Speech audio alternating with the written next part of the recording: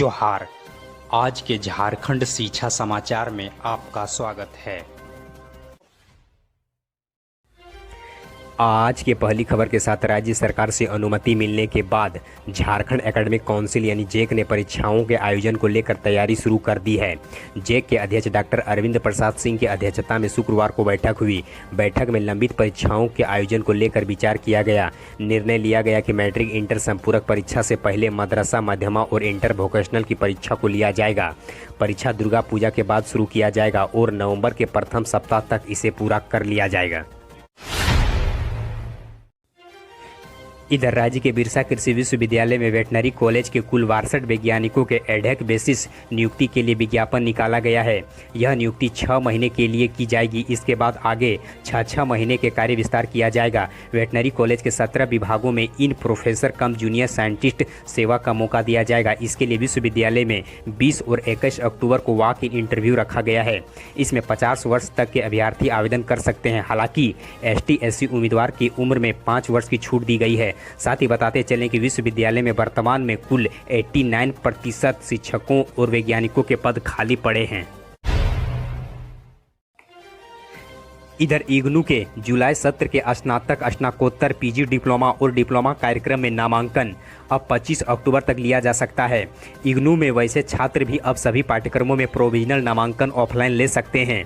जिनके पास मार्कशीट उपलब्ध नहीं है, ऐसे छात्र 30 नवंबर तक प्रमाण पत्र इग्नू के क्षेत्रीय केंद्र पर जमा करना होगा। इधर झारखंड लोक सेवा आयोग यानी JPSC ने BIT सिंदरी में असिस्टेंट प्रोफेसर बैकलॉग की नियुक्ति के लिए वर्ष 2017 में योग्य उम्मीदवार में आवेदन आमंत्रित किया गया था। अक्टूबर 2019 में इंटरव्यू भी लिया गया था, लेकिन अब तक रिजल्ट नहीं हो पाया है।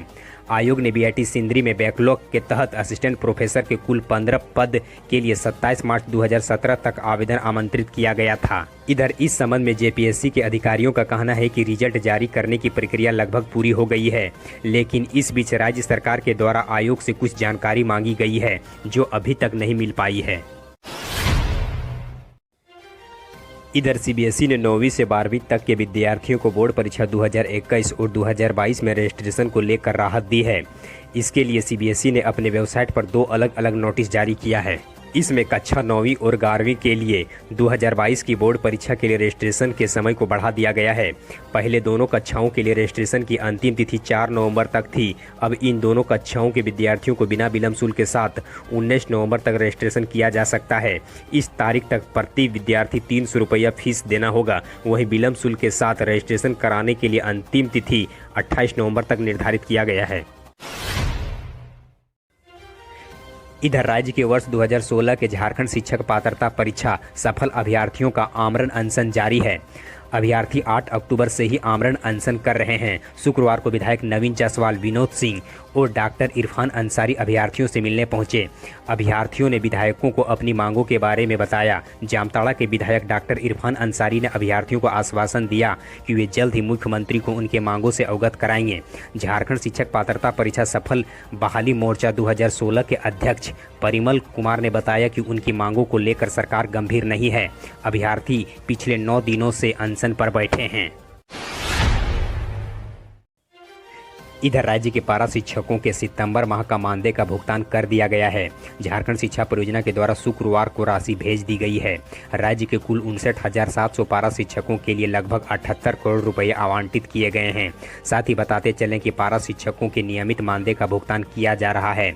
झारखंड शिक्षा परियोजना के द्वारा मॉडल स्कूलों के शिक्षकों के मानदेय का भुगतान भी शुक्रवार को कर दिया गया है।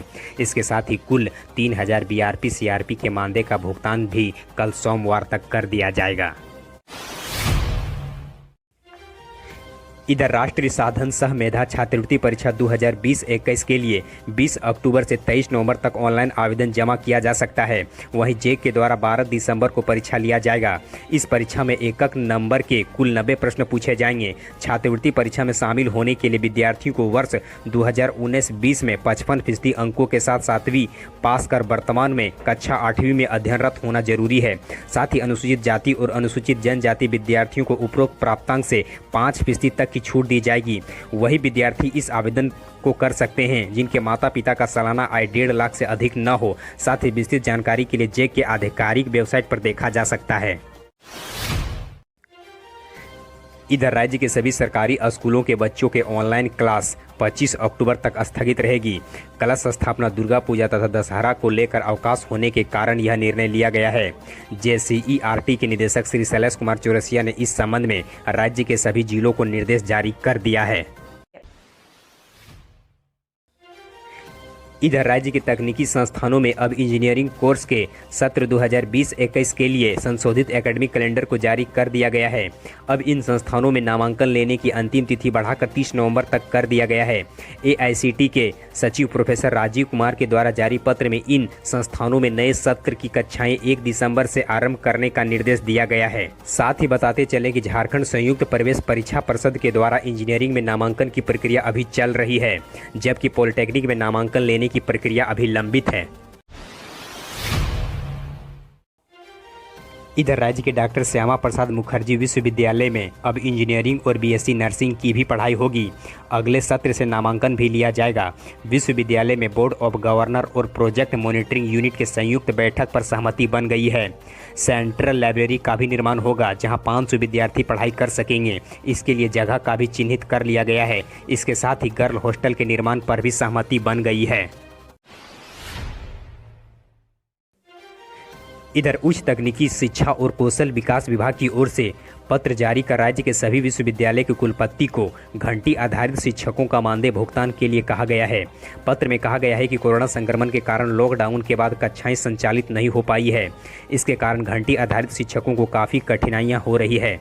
विभाग के प्रधान सचिव शैलेश कुमार सिंह ने कहा कि इसको देखते हुए प्रावधानों के अंतर्गत यथासंभव इन शिक्षकों को इतनी कक्षाएँ दी जाए कि प्रति माह न्यूनतम 30,000 का मानदेय भुगतान किया जा सके। ये कक्षाएँ ऑनलाइन भी हो सकती है। धन्यवाद। यदि आप स्टूडेंट्स हैं तो फिलहाल आप किस परीक्षा की तैयारी कर रहे हैं, और यदि आप शिक्षक या अभिभावक हैं तो आप हमें कमेंट कर बताएं कि आप सरकार से क्या उम्मीद करते हैं, जिसके आधार पर हम आपके लिए अगला अपडेट्स ला सकें। हमारे हौसला को अफजाई के लिए इस वीडियो को लाइक करें और अपने मित्रों के साथ अधिक से अधिक शेयर करें।